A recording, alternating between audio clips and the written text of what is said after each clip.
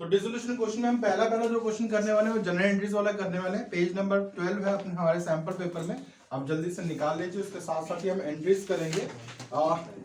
Dissolution का question या तो 4 नंबर का आएगा या 6 नंबर का आएगा, इधर 4 मार्क्स और इधर 6 मार्क्स। तो देखते हैं जैसे जैसे सैंपल पेपर में क्वेश्चन आते रहेंगे वैसे वैसे हम करते रहेंगे, ठीक है। तो पहला क्वेश्चन जो है हमारा डिसोल्यूशन का question number 17 page number 12 entries का क्वेश्चन लग रहा है मुझे। चलिए पढ़ना शुरू करते हैं जी। तो pass necessary journal entries in the following cases on the dissolution of the partnership firm X Y A and B. That means there are 4 partners actually, X Y A and B, 4 partner हैं, ठीक है। और देखते हैं entries क्या क्या होंगी, concept के साथ साथ हम बात करेंगे, राइट। चलिए तो सबसे पहले है रियलाइजेशन एक्सपेंसेस ऑफ ₹5000 were to be borne by X, a partner, however they were paid by Y। अब थोड़ा सा ना इस स्टेटमेंट को हम समझ लेते हैं। आपको कई बार एंट्रीज गिवन होंगी कि expenses borne by firm, expenses borne by any partner. इसमें अलग अलग वेरिएशंस आपको दिए हो सकते हैं, हो सकता है लिखा हो। मैं पहले एक पॉसिबिलिटी बात करता हूं, expenses are borne by firm but paid by partner. Borne by firm का मतलब है कि एक्सपेंसेस जो है फर्म को पे करने थे बट उसके बिहाफ पर पार्टनर ने पे कर दिए। तो यहां पर पार्टनर हो जाएगा गिवर, यहां पर पार्टनर हो जाएगा गिवर। और गिवर को हम क्या करते हैं, क्रेडिट करते हैं। गिवर को हम क्रेडिट करते हैं। ये फर्म के लिए एक एक्सपेंस है but these expenses are actually paid by partner, these expenses are actually paid by partner. तो हम क्या एंट्री पास करें, एक्सपेंस है। जितने भी एक्सपेंसेस होते हैं वो रियलाइजेशन अकाउंट में जाते हैं। डिसोल्यूशन बच्चों रियलाइजेशन अकाउंट बनता है, रीवैल्यूएशन अकाउंट नहीं बनता। रीवैल्यूएशन एडमिशन रिटायरमेंट में बनेगा, ठीक है। तो पहली जो एंट्री हमको करनी है धैर्य जी, हमको क्या करनी है, realisation account debit to partners capital account. मैं इस क्वेश्चन कंटेक्स्ट में नहीं बात कर रहा हूं, मैंने क्या बात की आपके सामने, when the expenses are borne by firm and paid by partner, ठीक है। फर्म ने पे करने थे बट पार्टनर ने पे कर दिए, तो वो गिवर हो गया ना फर्म के बिहाफ पर। तो इसलिए हम इसकी एंट्री क्या पास करेंगे, हम इसकी एंट्री पास करेंगे realisation account debit. Why realisation account debit, being an expense, ये हमारे लिए एक एक्सपेंस है, फर्म को पे करना तो फर्म के लिए एक्सपेंस है। Realisation account debit to partners capital account, right. अच्छा, if the situation is reverse मतलब कि एक कोई एक्सपेंस है जो पार्टनर को पे करना था, कोई एक्सपेंस पार्टनर को पे करना था बट उसके बिहाफ पर फर्म ने पे कर दिया। कोई भी एक्सपेंस पार्टनर को पे करना था, उसके बिहाफ पर फर्म ने पे कर दिया है, तो अब सिचुएशन रिवर्स है। तो इसका मतलब ये फर्म के लिए कोई एक्सपेंस नहीं है।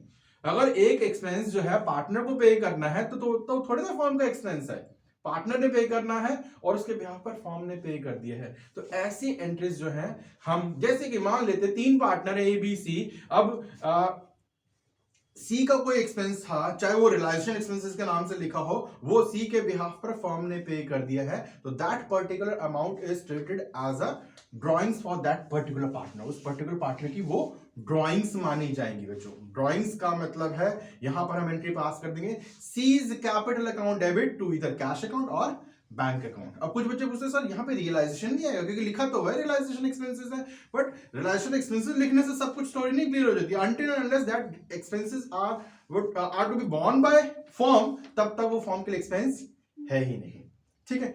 अब ये तीसरी सिचुएशन की मैं बात कर रहा हूं कि रियलाइजेशन एक्सपेंसेस एक पार्टनर को बियर करने थे बट उसके बिहाफ पर दूसरे पार्टनर ने पे कर दिए हैं। एक पार्टनर को बियर करने थे, उसके बिहाफ पर किसी और पार्टनर ने पे कर दिए हैं। तो ऐसे में क्या होगा, जिस पार्टनर को बियर करने थे उसको तो कर देंगे डेबिट, क्योंकि उससे पैसा लेना है। और जिस पार्टनर ने पे किया है वो गिवर है, गिवर को क्या करते हैं, क्रेडिट, उसने पैसा देना है, ठीक है। तो ये 3 सिचुएशन हमारे सामने हो सकती हैं। इसके अलावा और भी सिचुएशन हो सकती है, 2 सिचुएशन और भी हो सकती हैं। वो कौन सी, realisation expenses borne by firm and paid by firm. Firm ने पे करने और फर्म ने ही पे किए। तो कोई बच्चा कहता है सर अगर ऐसा ना तो कोई एंट्री नहीं करेगा। अरे ऐसे कैसे नहीं करेंगे, बॉर्न बाय फर्म ना, तो फर्म के लिए एक्सपेंस है, तो ऐसे में रियलाइजेशन एक्सपेंसेस डेबिट होगा, तो एंट्री हो जाएगी realisation account debit to cash या bank account. If the expenses are borne by firm and paid by firm as well, तो हम क्या एंट्री पास कर रहे हैं यहां पर, realisation account debit to cash account. If the expenses are borne by partner and paid by the partner, same partner, एक खर्चा है, सी का खर्चा और सी ने पे कर दिया, तब हमको कोई क्या मतलब है उससे, तब हम रियली एंट्री रिकॉर्ड नहीं करेंगे। तो बच्चों जी मैक्सिमम ये एक्सपेंसेस को लेकर जो है 5 पॉसिबिलिटीज होगी, राइट। चलिए अब पढ़ते जी इन पांचों में से कौन सी वाली पॉसिबिलिटी है हमारे एंट्री नंबर फर्स्ट में।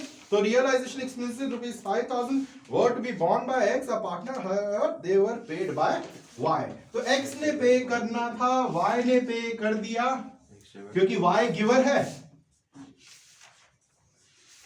और एक्स से पैसा लेना है, तो X capital account debit to Y's capital account being realisation expenses, जो स्टोरी लिखी हुई है 5,000। ये एंट्री करते ही एक नंबर मिल गया जी। डिसोल्यूशन में यही प्लस पॉइंट है, एक एक एंट्री एक एक नंबर की जी, ठीक है। Second entry next, investment cost ₹25,000 comprising of 1,000 shares had been written off from the books completely. These shares were valued at ₹20 each and were divided among the partner। चलिए ये थोड़ा अच्छा है, कहते एक 25,000 रुपए की इन्वेस्टमेंट थी हमारे पास, हमने उसको बुक्स में से राइट ऑफ कर दिया था। राइट ऑफ मतलब हमने सोच लिया कि यार ये जीरो वैल्यू है, बट और 25,000 में ये भी बताया था कि वो 1,000 शेयर्स हैं। अब जब डिसोल्यूशन प्रोसेस स्टार्ट हुआ तो लगा कि उन शेयर्स की वैल्यू ₹20 पर शेयर होगी। मतलब ऑल इन ऑल ये हमारे एक एसेट आ रही है हमारे पास में। एसेट आर्ट तो क्या है हमारे लिए, एक अनरिकॉर्डेड एसेट जिसको हम सोच के बैठे थे कि ये जीरो वैल्यू है, ठीक है, ये जीरो वैल्यू है। रीवैल्यूएशन को माइंड से निकाल दीजिए, ठीक है। रियलाइजेशन अकाउंट इनकम है, प्रॉफिट है, प्रॉफिट्स आर ऑलवेज क्रेडिटेड। कौन से अकाउंट में, रियलाइजेशन अकाउंट में। और कह रहे हैं कि पार्टनर लेके जा रहे हैं, पार्टनर यहाँ पर रिसीवर है, रिसीवर को क्या करते हैं, डेबिट करते हैं, क्योंकि यहाँ पे 4 पार्टनर है X Y A and B. X capital account, Y capital account, A capital account, B capital account to realisation. अगर ओल्ड रेशियो नहीं गिवन है तो इक्वल ना, ये सारे पार्टनर डेबिट हो जाएंगे। कोई बच्चा कहता है सर वैल्यू तो 25,000 लिखी थी, 25,000 तो तब थी जब उसको राइट ऑफ किया गया था। आज की डेट में इसकी वैल्यू कैसे कैलकुलेट की मैंने, 1,000 शेयर्स ₹20 का एक शेयर, ठीक है जी, बन गया एक नंबर। और next, Y's loan of ₹50,000 settle at ₹48,000। Y का लोन पे कर रहे, Y one of the partner pay कर रहे जी, सेटल कर दिया हमने। वाई को लोन जो 50,000 का लोन लिया था वो हमने उसको पे कर दिया है, पैसा जा रहा है और वाइज लोन नाम की लायबिलिटी कम हो रही है। और मोस्ट इंपॉर्टेंटली यहां पर हमको थोड़ा सा प्रॉफिट भी हो रहा है, और प्रॉफिट हो रहा था इनकम। कौन से अकाउंट में, कौन से अकाउंट में, रियलाइजेशन अकाउंट में। चलिए जी एंट्री नंबर थर्ड जी, तो क्या एंट्री हो जाएगी, wife's loan account debit being liability decreases to cash account या bank account to realisation account. तो 50,000 का लोन था, हमने पे किया सिर्फ 48,000, 2,000 का हमारा प्रॉफिट हो गया, ठीक है। Number fourth, machinery book value 6 lakh was given to a creditor at a discount of 20%। थोड़ा बात करते हैं इसके बारे में। मशीनरी बेची है, मान लो मशीनरी बेची है, तो हम क्या एंट्री पास करेंगे। देखिए मशीनरी बेची तो पैसा आ रहा है, मशीनरी बेची तो पैसा आ रहा है, तो हम इसकी एंट्री पास करेंगे cash account debit to realisation, right. जब मशीनरी बेची हो तो पैसा आ रहा है। अगर हमने क्रेडिटर्स को पेमेंट की है, अगर हमने क्रेडिटर्स को पेमेंट की है तो पैसा जा रहा है, पैसा जा रहा है, तो हम एंट्री पास करेंगे ऐसे में रियलाइजेशन टू कैश, ठीक है। कोई बच्चा कहता है सर क्रेडिटर्स क्यों नहीं करेंगे, क्योंकि हम ऑलरेडी जो है अपनी सारी एसेट्स और लायबिलिटीज को रियलाइजेशन अकाउंट में ट्रांसफर कर चुके होते हैं। तो जितनी भी एंट्रीज होती है वो सब कुछ रियलाइजेशन के थ्रू की होती है, चाहे वो प्रॉफिट लॉस को लेकर हो, चाहे वो एसेट्स को रियलाइज करने की हो, चाहे वो लायबिलिटीज को पे ऑफ करने की हो, एक्सपेंसेस पे ऑफ करने की हो, सब कुछ रियलाइजेशन अकाउंट के थ्रू ही होगा, ठीक है। तो यहां पर अगर मैं मशीनरी बेचता हूं तो पैसा आ रहा है, जनरल एंट्री होगी हमारी, जनरल एंट्री होगी हमारी cash account debit to realisation. और अगर मैं लायबिलिटीज को पे ऑफ करता हूं तो एंट्री होती है रियलाइजेशन टू कैश। अब हुआ क्या, यहां पर वो जो क्रेडिटर्स हैं वो कहते हैं यार आप पहले मशीनरी बेचोगे, फिर उससे पैसा आएगा, वो पैसा हमको दोगे, फिर दो एंट्रीज भी करोगे, तो इट्स बेटर कि ये मशीनरी हमको दे दो।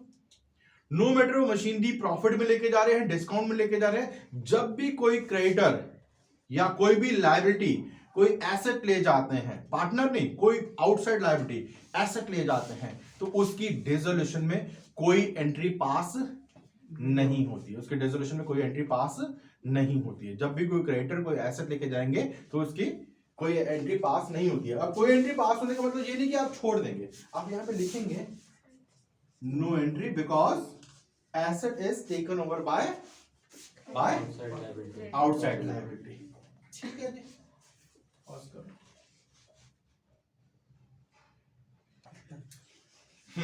तो page number 38 question number 17 Adhiraj and Karan वाला क्वेश्चन है। वो partners in a firm sharing profit and loss in the ratio of 3:2। इस बार रेशियो भी गिवन है 3:2।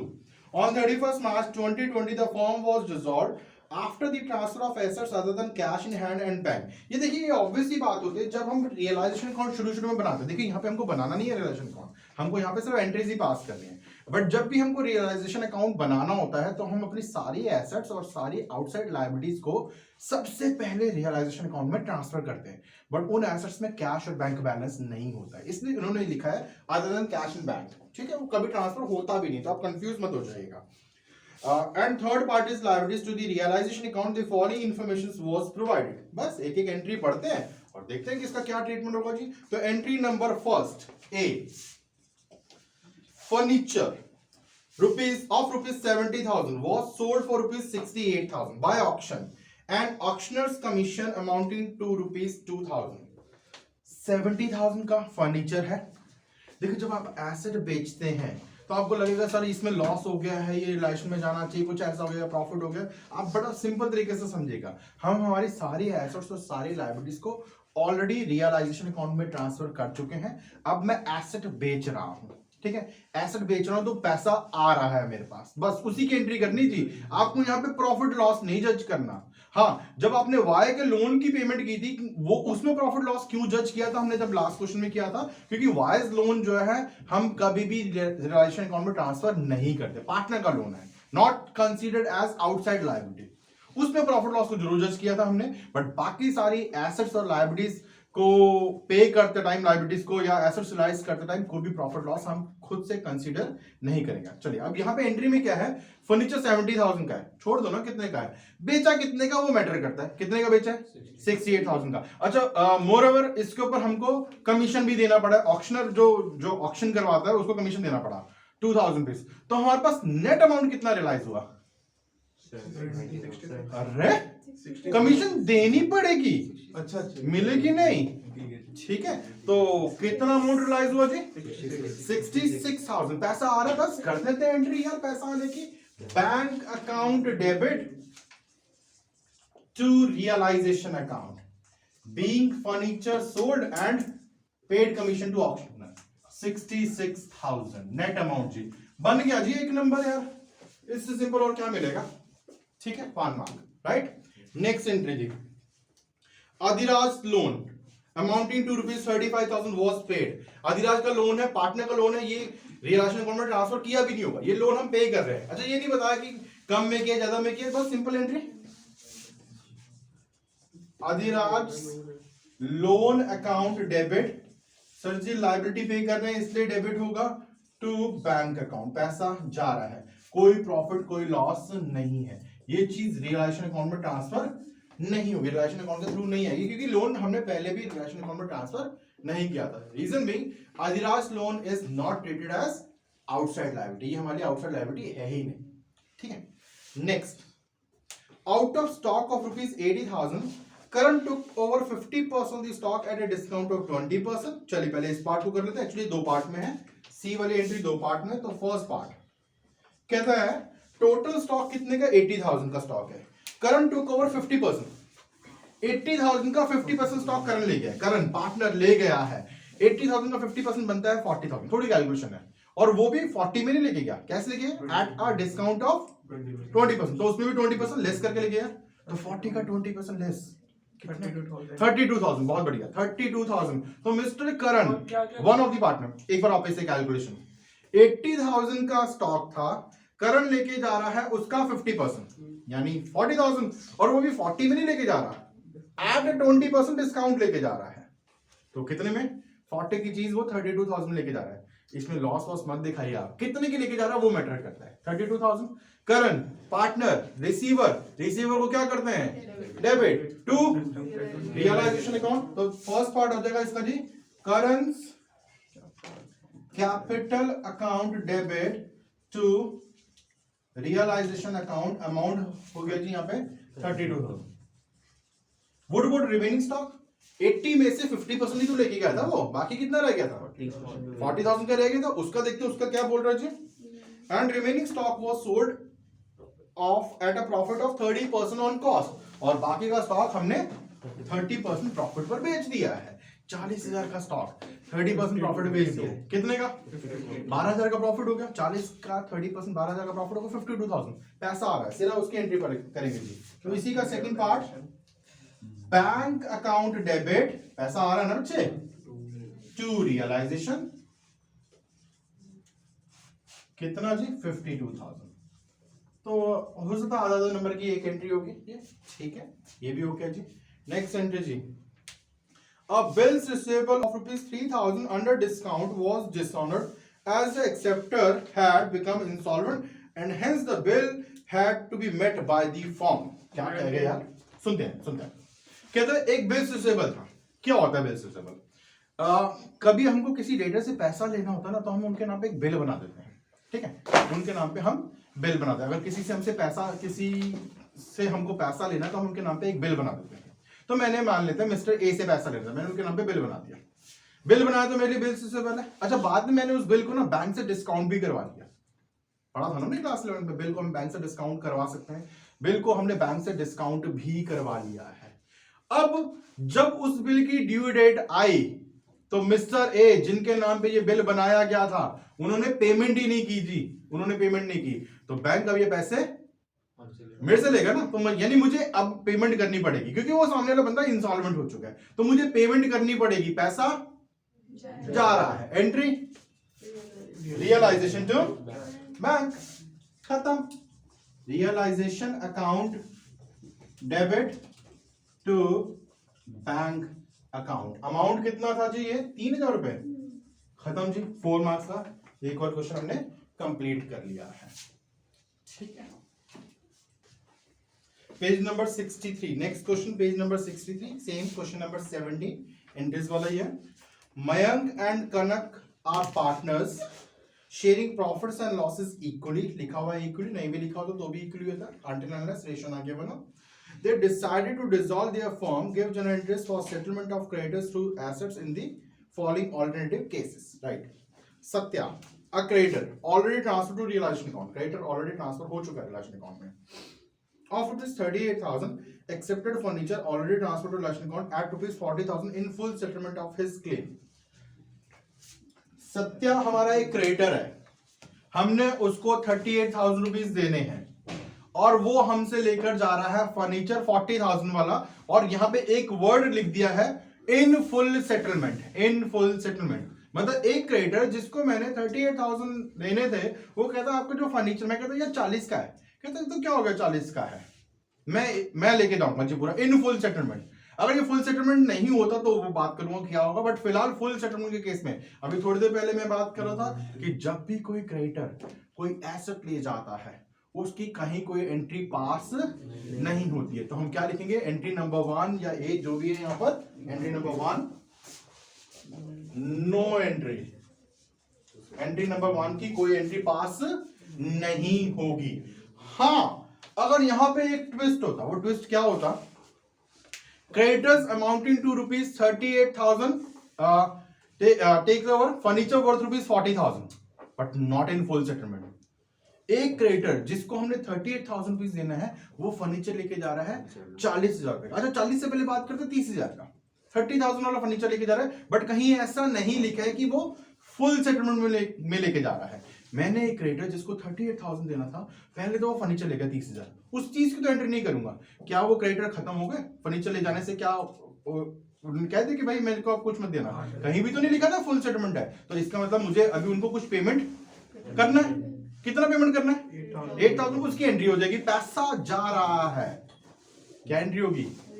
Realisation to cash 8,000। अगर वो 30,000 वाला फर्नीचर लेके जाते हैं, बट फुल सेटलमेंट कहीं नहीं लिखा होता। तो ऑन द अदर हैंड अगर एक क्रेडिटर है जो 38,000 के हैं और 40,000 का फर्नीचर लेके जा रहे हैं और वहां पे भी फुल सेटलमेंट नहीं लिखा है, तो फर्नीचर तो वो ले गए बट वो 2,000 का एक्स्ट्रा ले गए, तो अब उनसे 2,000 रुपए हमने लेने हैं, तो पैसा आ रहा है, एंट्री बैंक टू रियलाइजेशन। ठीक है, तो until and unless full settlement नहीं लिखा हुआ है तब आपको ये पेमेंट और रिसीव करने की या पे करने की एंट्री करनी पड़ेगी। हाँ, फुल सेटलमेंट लिखा है तो आप नो एंट्री लिखेंगे, क्योंकि क्रेडिटर जब कोई ऐसा लेके जाता है उसकी कहीं कोई एंट्री पास नहीं होती है, राइट।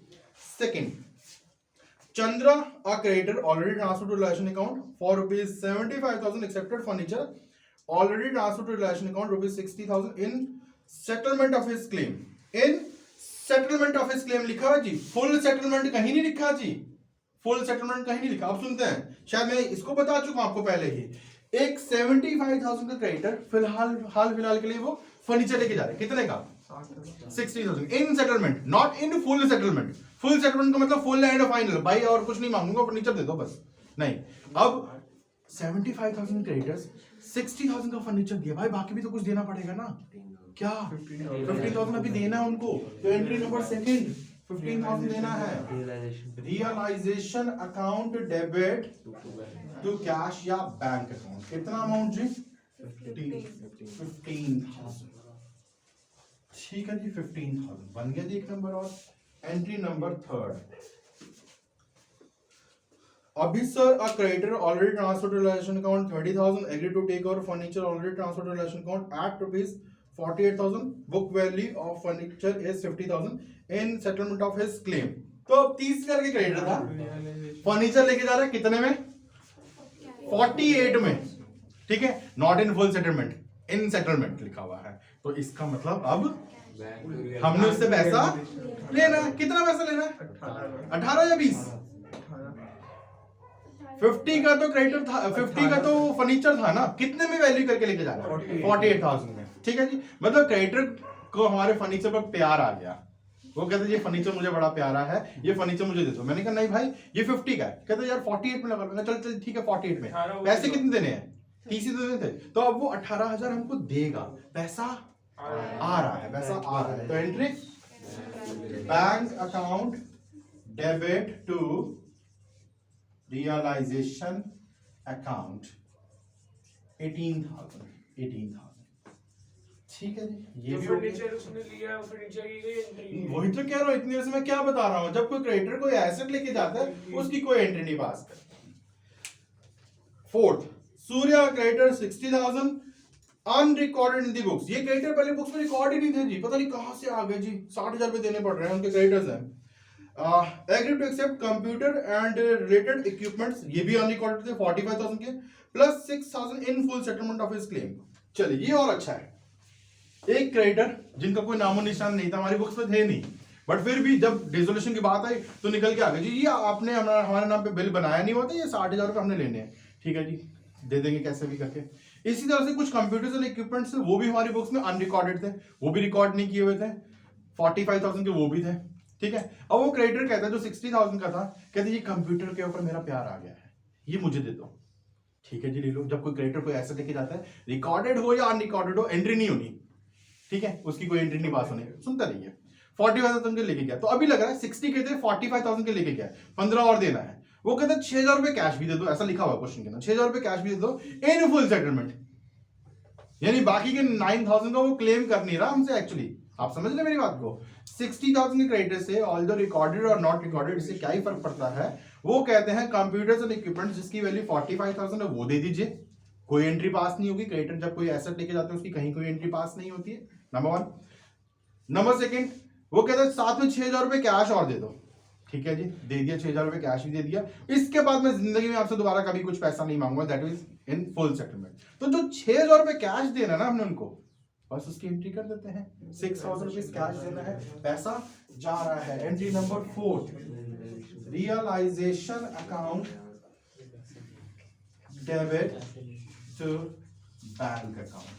कुछ बच्चे कहते सर बाकी का 9,000 का क्या हुआ, क्योंकि 45 प्लस 6 तो 51 ही बनता है, लिखा है ना फुल सेटलमेंट, तो इसलिए बाकी के 9,000 का कुछ नहीं करना।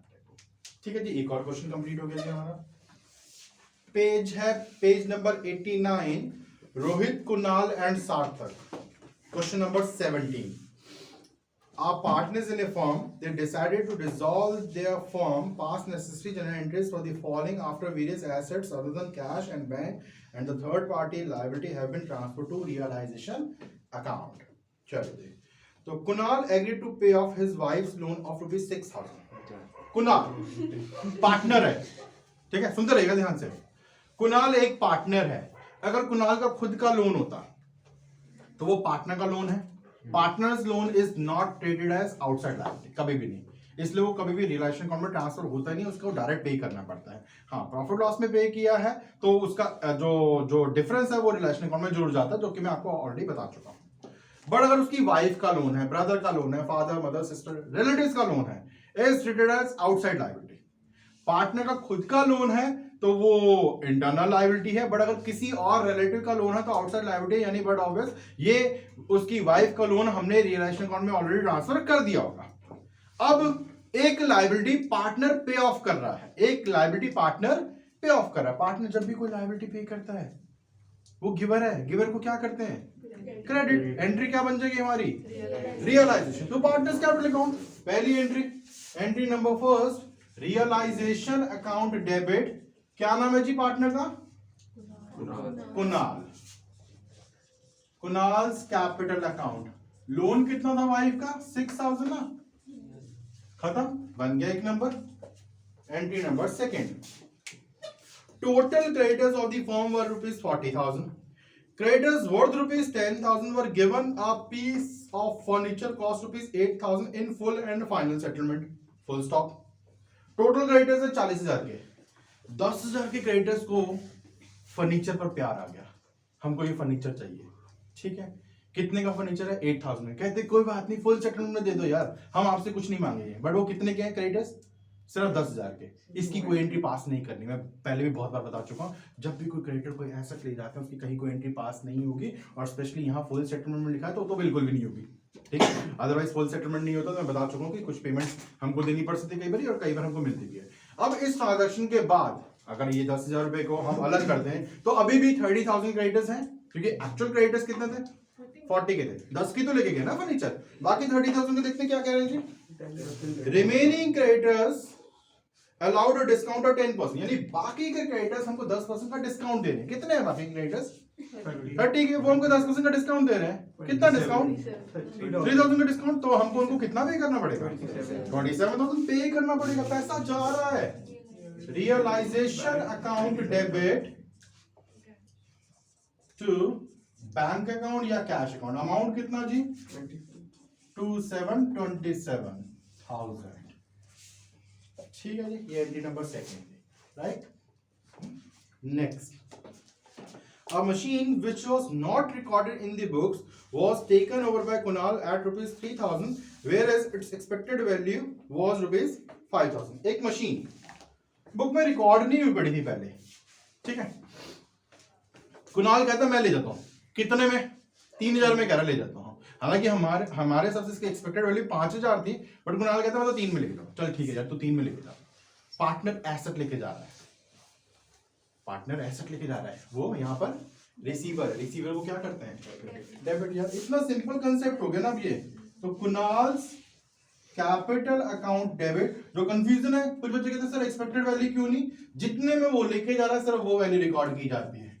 To realisation account 3,000. इसके ऊपर कोई प्रॉफिट लॉस अलग से नहीं दिखाया जाएगा, राइट.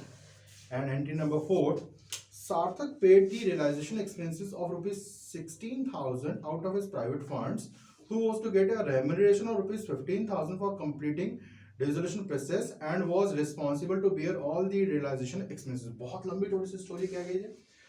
मिस्टर सार्थक को हमने अपॉइंट किया कि सार्थक वन ऑफ द पार्टनर, कि आप सारा डिसोल्यूशन प्रोसेस देखोगे, ठीक है. इसमें डिसोल्यूशन प्रोसेस में बेसिकली होता क्या है, अब आपको कैसा डिसोल्यूशन में ऐसा क्या ही हो जाता है. डिसोल्यूशन में सब कुछ सिस्टम से चलता है. हम पहले सारी एसेट्स को एक स्पेशल अकाउंट में ट्रांसफर करते हैं, नाम है रियलाइजेशन अकाउंट. सारी आउटसाइड लायबिलिटी को भी वहां पर ट्रांसफर करते हैं, नाम है रियलाइजेशन अकाउंट. अब ये कोई एक दिन का काम नहीं होता. Dissolution is not a process of 1 day or 2. वो 1-2 दिन का काम नहीं है जी. डिसोल्यूशन में एसेट्स बिकने में टाइम लगता है. जरूरत है ना कि सारी फर्नीचर एक ही दिन में बिक जाएगा, सारे मशीनरी एक दिन में बिक जाएगी, बिल्डिंग एक दिन में बिक जाएगी। इसके लिए हमने किसी एक पार्टनर को अपॉइंट कर दिया, आप रिस्पॉन्सिबल है जी, आपको ये सारा काम देखना है। कहते जी मैं क्यों देखूंगा, आपको आपके इस काम के लिए पैसे मिलेंगे, ठीक है। हाँ, अगर कोई खर्चा वर्चा हो रहा है एसेट्स को डिस्पोज ऑफ करने में या लायबिलिटीज को पे ऑफ करने में, वो खर्चा आप बियर करोगे, आपको फुल एंड फाइनल में इतने पैसे मिल जाएंगे। कई बार फर्म ये भी कहते हैं कि खर्चा भी हम ही दे देंगे, कई बार ऐसा भी हो जाता है। बट यहां इस क्वेश्चन के अकॉर्डिंगली मिस्टर सार्थक को अपॉइंट किया गया कि सारा डिसोल्यूशन प्रोसेस आप देखोगे, इससे रिलेटेड जो भी खर्चा होगा वो आप करोगे। हाँ, फर्म की तरफ से हम आपको इतना पैसा दे देंगे, फर्म की तरफ से हम आपको इतना पैसा दे देंगे। तो एक बार लैंग्वेज पढ़ते हैं, देखते हैं कि क्या क्या स्टोरी है। तो यहां पे शुरुआत लिखा है सार्थक पेड द रियलाइजेशन एक्सपेंसेस 16,000, उसने रियलाइजेशन एक्सपेंसेस पे किए। अगर सिर्फ इतना लिखा होता ना, नीचे और कुछ नहीं लिखा होता, तो सार्थक ने रियलाइजेशन एक्सपेंसेस पे किए हैं। फॉर्म के एक्सपेंसेस फॉर्म पे पार्टनर पे कर रहा है, पार्टनर गिवर है यहाँ पर, तो मैं एंट्री पास करता रियलाइजेशन टू सार्थक कैपिटल को। बट यहाँ तो स्टोरी कुछ और लिखी है। इनफैक्ट जो सबसे लास्ट लाइन लिखी है उसमें लिखा है partner has to bear all these expenses, ऐसा कहीं लिखा हुआ है, ठीक है ना। अगर मैं लास्ट की लाइंस कुछ पढ़ूं तो उसमें कहीं लिखा हुआ है was responsible to bear all the realisation expenses, realisation expenses उसने ही पे किया है और वही रिस्पांसिबल है। अगर एक partner is responsible to pay realisation expenses and he paid the same, तो कोई एंट्री नहीं होगी, तो उस एक्सपेंसेस की तो कोई एंट्री नहीं होगी। बट फर्म ने बीच में उसको एक थोड़ा सा लालच दिया कि ये वो क्या कह रहा है कि भाई मैं इतना काम भी कर रहा हूं, पैसा भी दे रहा हूं, मुझे क्या मिलेगा। तो फर्म ने कहा है फॉर दिस आपको रेम्यूनरेशन मिलेगी, कितनी 15,000। अरे नुकसान हो गया, कोई हमको क्या मतलब नुकसान हो गया नहीं हो गया, नहीं होता खर्चा तो सारा प्रॉफिट होता ना। तो फर्म के लिए खर्चा कितना है, जो उसको 15,000 देना है, ठीक है। रियलाइजेशन टू सार्थक कैपिटल उसको देना है, उसको देना, जिससे लेना होता पैसा उसको करते हैं डेबिट, जिसको देना होता उसको करते हैं क्रेडिट। तो इसकी एंट्री क्या हो जाएगी, entry number 4, realisation account debit to Sarthak capital account only and only 15,000। Firm के लिए खर्चा सिर्फ 15,000 का है। अच्छा, इसमें एक सिचुएशन और हो सकती थी, वो क्या, किसी पार्टनर को बुलाया, कहा कि सारा डिसोल्यूशन प्रोसेस आप देखोगे, आप सारी एसेट्स बेचोगे, आप सारी लायबिलिटीज को पे ऑफ करोगे, जो खर्चा होगा फर्म वो भी देगी, ऊपर से 15,000 और देगी, जो खर्चा होगा फर्म वो भी देगी और ऊपर से 15,000 भी देगी। तो ऐसे में जो 16,000 रुपए रियलाइजेशन एक्सपेंसेस है ना, ये भी फर्म उसको देती, फर्म ने उसको देना है, इसकी भी सेम एंट्री हो जाती है। क्या entry, realisation to Sarthak capital 16,000 रुपए। अगर लिखा होता is not responsible to pay या firm has to bear these expenses, ये खर्चे फर्म को बियर करने होते, तो 16,000 की एंट्री और हो जाती, ठीक है। तो page number 112 question number 17, X, Y and Z are partners in a firm sharing profit and loss in the ratio of 5:3:2. Due to differences of opinion, they decided to dissolve the partnership with effect from 1st April 2020, on which date the firm's balance sheet was as follows. ठीक है, ये हमारी balance sheet हमको given है। हमको अगर हम question के लास्ट में पढ़े तो हमको रियलाइजेशन अकाउंट बनाना है, सिर्फ रियलाइजेशन अकाउंट बनाना है, ठीक है। ये एंट्रीज वाला क्वेश्चन नहीं है। तो रियलाइजेशन अकाउंट बनाते हैं हम सबसे पहले क्या करते हैं, अपनी सारी एसेट्स एक्सेप्ट कैश और बैंक बैलेंस और शायद एक आध कुछ फिक्टिशियस एसेट होते हैं उसको छोड़कर बाकी सारी एसेट्स रियलाइजेशन अकाउंट के डेबिट साइड पर ट्रांसफर कर देते हैं। तो मैं स्टार्ट कर रहा हूँ जी। सन्ड्री डेटर्स हैं 22,000 लेस प्रोविजन 2,000। हम कैसे दिखाएंगे सन्ड्री डेटर्स को, सन्ड्री डेटर्स ओरिजिनल वैल्यू 22 और जो प्रोविजन है वो हम दूसरी साइड दिखा देंगे 2000। इससे दिखाना है, कोई बच्चा कहता है सर सीधा 20 दिखाते हैं, नहीं, आपको अलग अलग ही दिखाना है इसको, ठीक है। इसके पीछे रीजन भी है, बाद में बताऊंगा। स्टॉक नीचे कुछ भी लिखा हो, सारी एसेट्स आपको एज इट इज ट्रांसफर कर देने चाहिए। स्टॉक 12,000। नेक्स्ट है प्लांट एंड मशीनरी, वो कितना है plant and machinery 30,000। Land and building 45,000, सारी assets as it is transfer कर रहे हैं। इन्वेस्टमेंट है 35,000, इन्वेस्टमेंट 35,000। उसके बाद एडवर्टीजमेंट सस्पेंस अकाउंट, ये फिक्टिशियस एसेट है जी, ये ट्रांसफर नहीं होगी। सर ऐसी कौन कौन सी एसेट है जो ट्रांसफर नहीं होगी? कोई बच्चा कहता है सर गुडविल होगी, तो मैं कहता हूं कि हाँ गुडविल होगी, but fictitious asset like advertisement suspense account, deferred revenue expenses, profit and loss का बैलेंस, ये सब रियलाइजेशन अकाउंट में ट्रांसफर नहीं होगा। इनफैक्ट अगर किसी पार्टनर का कैपिटल अकाउंट या करंट अकाउंट पे एसेट साइड पर है तो वो भी ट्रांसफर नहीं होगा। ठीक है जी, चलिए तो यहाँ पर नेक्स्ट करंट अकाउंट या जेड का वो भी ट्रांसफर नहीं होगा। अब लायबिलिटी साइड पे आ जाइए, employees provident fund outside liability है, एम्प्लॉइज का पैसा है वो ट्रांसफर होगा, कितना है 8000। Sundry creditors 10,000, sundry creditors 10,000। Next है इसके बाद इन्वेस्टमेंट फ्लक्चुएशन रिजर्व, इसके बारे में बात कर रहे थे। Investment fluctuation reserve realisation account के क्रेडिट साइड पे दिखाएंगे बस, उसके अलावा और कहीं नहीं आएगा। इन्वेस्टमेंट फ्लक्चुएशन रिजर्व एक्चुअली जैसे डेटर्स के ऊपर प्रोविजन होता है वैसे इन्वेस्टमेंट के ऊपर इन्वेस्टमेंट फ्लक्चुएशन फंड होता है जी। कितना अमाउंट है जी इन्वेस्टमेंट फ्लक्चुएशन फंड? 4,000। और इसके अलावा capital and current account balances है वो यहाँ पर नहीं आएंगे। तो ये हमने सबसे पहला काम कर लिया, अपनी सारी एसेट्स और सारी आउटसाइड लायबिलिटीज रियलाइजेशन अकाउंट में ट्रांसफर कर दी है। बाकी ये क्वेश्चन अभी वो जो हम एंट्रीज कर रहे थे उसी की तरह ही है, बट सिर्फ पोस्ट करना पड़ेगा आपको। Like plant and machinery cost ₹20,000 was taken by X at ₹16,000। Plant and machinery cost ₹20,000, 20,000 की प्लांट एंड मशीनरी है कितनी की? वैसे 30 की है, बट इसमें से 20 वाली एक्स लेके जा रहा है, एक्स एसेट लेके जा रहा है। एंट्री तो अब हमको पता है एक्स रिसीवर है, एंट्री क्या है? X capital account to realisation account, but मेरे को यहाँ पे रियलाइजेशन अकाउंट बनाना है, तो रियलाइजेशन के क्रेडिट साइड पे आ जाएगा एक्स कैपिटल अकाउंट। कितने में लेके जा रहा है वो? 16,000 में। इसके बाद भी हमारे पास प्लांट एंड मशीनरी बच गया है। देखिए उसने क्या बोला था कि plant and machinery costing ₹20,000 was taken over bye x ना, एक्स सिर्फ 20,000 लेके गया था, अभी भी 10,000 की plant and machinery in hand है। उसके बारे में कहते हैं द रिमेनिंग मशीनरी रियलाइज ₹9,000, बाकी की मशीनरी 9,000 में रियलाइज हो रही, 9,000 में हम बेच रहे हैं। एंट्री एसेट बेच रहे हैं, पैसा आ रहा है बैंक टू रियलाइजेशन। एक काम करते हैं, बैंक का हेड बना लेते हैं, पता नहीं कितनी एसेट हम बैंक के थ्रू बेचें, तो बार बार थोड़ा लिखेंगे, इसके अंडर में लिख देते हैं कि प्लांट से हमको 9,000 रियलाइज हुआ है। ठीक है, अगर और भी कोई एसेट बैंक के थ्रू रियलाइज होगी तो उसी हेड में आ जाएगी। Next land and building realise 42,000, ये देखिए आई गई लैंड एंड बिल्डिंग 42,000। इन्वेस्टमेंट वो taken by Y 28,000, partner asset ले गया है जी, पार्टनर एसेट ले गया है। Journal entry Y's capital account to realisation, थोड़ा स्पेस छोड़ के क्योंकि हो सकता है बैंक में कुछ और आ जाए।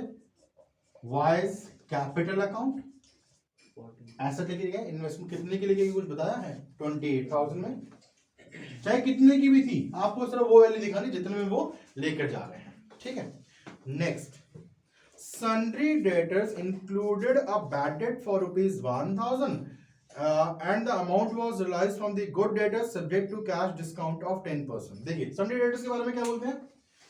sundry debtors 22 के, इसमें से 1,000 की bad debts होगी, कितने रह गए? 21,000 bad debts होगी, वो तो नहीं मिलेगा ना। कहते हैं जो बाकी के debtors बच गए considered as good debtors ना, bad वाले तो अलग कर दिए ना हमने 1,000 के, बाकी के जो debtors बच गए वो good debtors हैं। वो कितना पैसा दे रहे हैं हमको? कुछ तो लिखा है, क्या लिखा है कि रियलाइज एट 10% डिस्काउंट, तो कितना पैसा मिलेगा डेटर से? 18,900। ठीक है, एक बार ऑफिस है जी, एक बार ऑफिस है।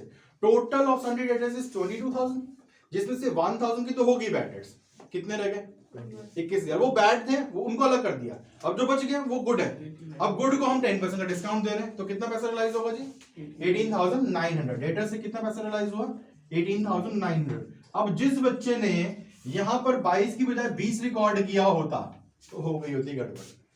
उसने 20 रिकॉर्ड किया होता, 1,000 के बैड डेट्स कर देता, वो 19 रह जाता, उसमें 10% डिस्काउंट मार देता, 18,100 आता, गलत हो जाता ना फिर।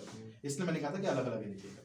ठीक है, next a creditor for ₹2,000 was untraceable. Untraceable का मतलब मिल ही नहीं रही थी, मिल नहीं रहे तो मजे आ गए, पेमेंट ही नहीं करनी पड़ेगी। चलो आगे बढ़ते हैं। And the other creditors accepted payment allowing 10% discount. Creditors ये रहे जी 10,000 के क्रेडिटर्स है, कहते 2,000 के तो अनट्रेसेबल है, मिल ही नहीं रहे, बाकी कितने रह गए? 8 के, वो भी हमको 10% का डिस्काउंट दे रहे हैं, तो कितना पे करना पड़ेगा?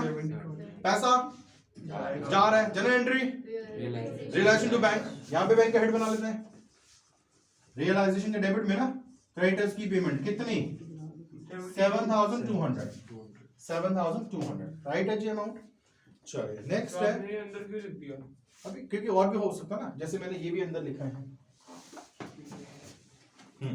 X was allowed to retain the whole of the stock as his remuneration for services rendered by him in the course of dissolution of the firm। ये बहुत अच्छा है जी।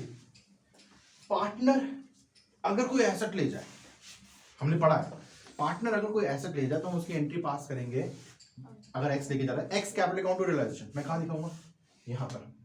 अगर हमने पार्टनर को कोई रेम्यूनरेशन देना है, उसने डिसोल्यूशन प्रोसेस किया, रेम्यूनरेशन देना है, तो मैं क्या एंट्री पास करूंगा, realisation to X capital account, तो वो यहां पर आ जाएगा।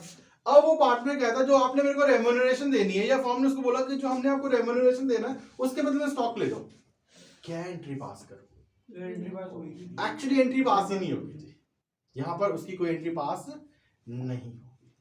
ठीक है जी।